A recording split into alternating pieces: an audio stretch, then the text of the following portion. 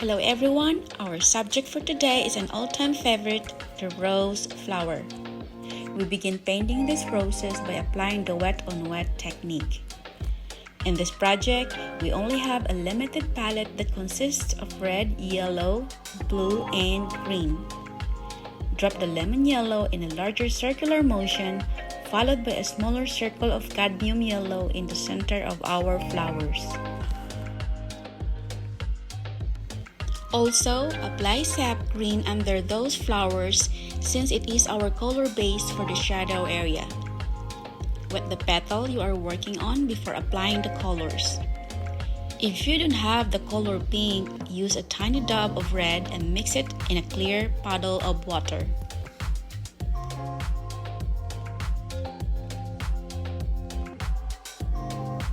In this petal, we put shadows on these tiny spots while it's still wet. Just apply a very light and shallow touch to achieve softer effects. Working on a pistil.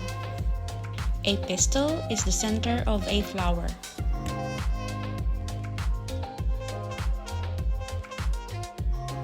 So we use this product called Miskit.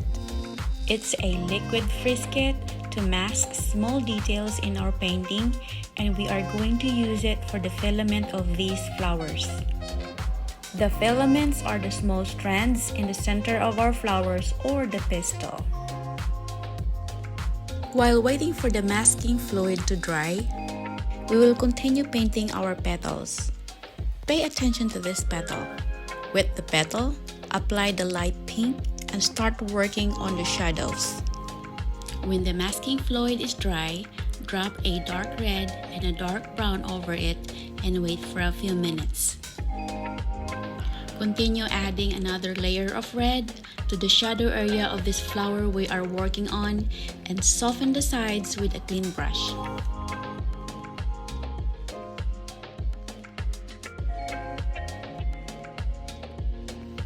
Let's focus on the pistils. Use an eraser to remove the mask. Notice after the erasure, you might think that nothing happens, but there was. The liquid mask covered the yellow colors when we dropped the heavy brown colors over it. But still, we need to put more details on those curly threads. What we are also doing here is to keep adding layers after layers to those shades. When we apply layers, we need to wait until those layers are dry to achieve the dark value we wanted. Other flowers are just straightforward. This one, we have to show the twisting and the waves of the petals by emphasizing the light and dark value of the shadows. So here is the complete step-by-step coloring of this flower. Brush clear water to the petals that we will be working on. Apply red, start from the edge, and blend lightly to the middle. Spread some dark spots on your petals. Use a tiny brush to dab lightly while wet to have a soft effect.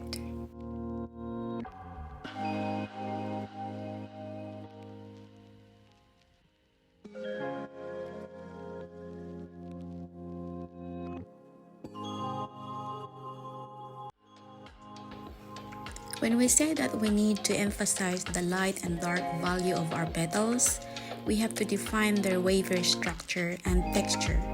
That's why we need to keep adding layers of colors to darken the shades of these areas.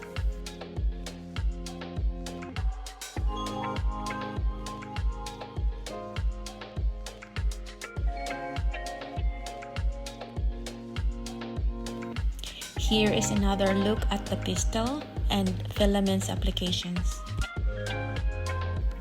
Again, apply a wider circle of clear water to the middle of the flower, and then apply the dark red and brown colors right to the center where we applied the frisket.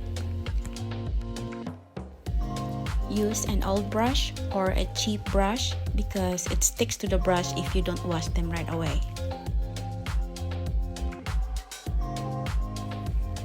There are different classifications and types of roses. I'm not sure if this is Watercolor rose or lens rose. Maybe you know and let me know the correct name.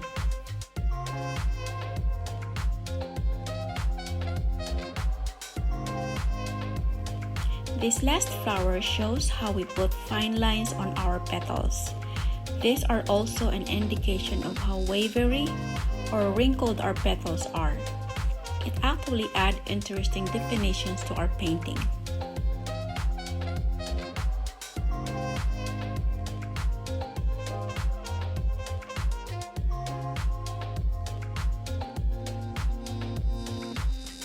Let's start working on our background. Here is the cool part. We wet the middle area with clear water and we put a strong brown color to the rose hips. Look how amazing the color effect is.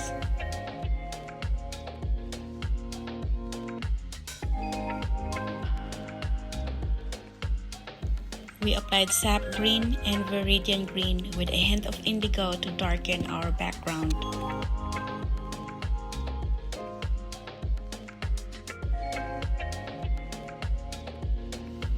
The technique we're using to show stems is called wet lifting.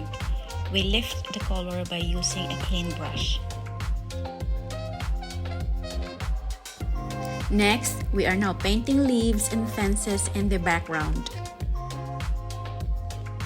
If you notice that there's an additional shading that needs to be done, don't hesitate to do it while you're on it. I know that our photo reference has dark and vibrant colors, yet I choose to paint a lighter value. This is because I want to show the unique characters of this particular rose.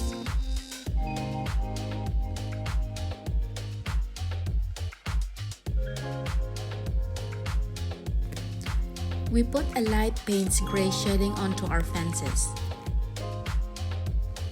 We applied light to darker layers of cerulean blue around our leaves as its shades. This is to create a cooler temperature of our painting environment. Draw vertical lines as a wood textures using our tiny brush and use light paints gray color to have a lighter effect.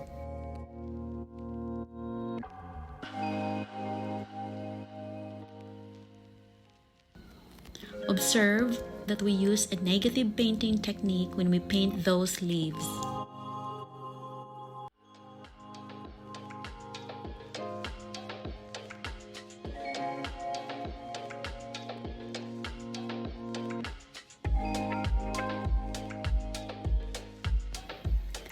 Paint the outer leaves as we do to our flowers, emphasizing the forms by applying colors and their light and dark values.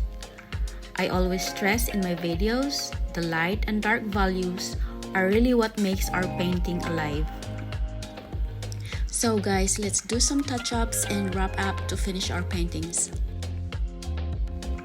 Hit like, share, and subscribe to my channel so you will be updated on my latest painting. You can also check my other artworks at Fine Art America, just look for me. This is Jelly Storms. Thank you for watching.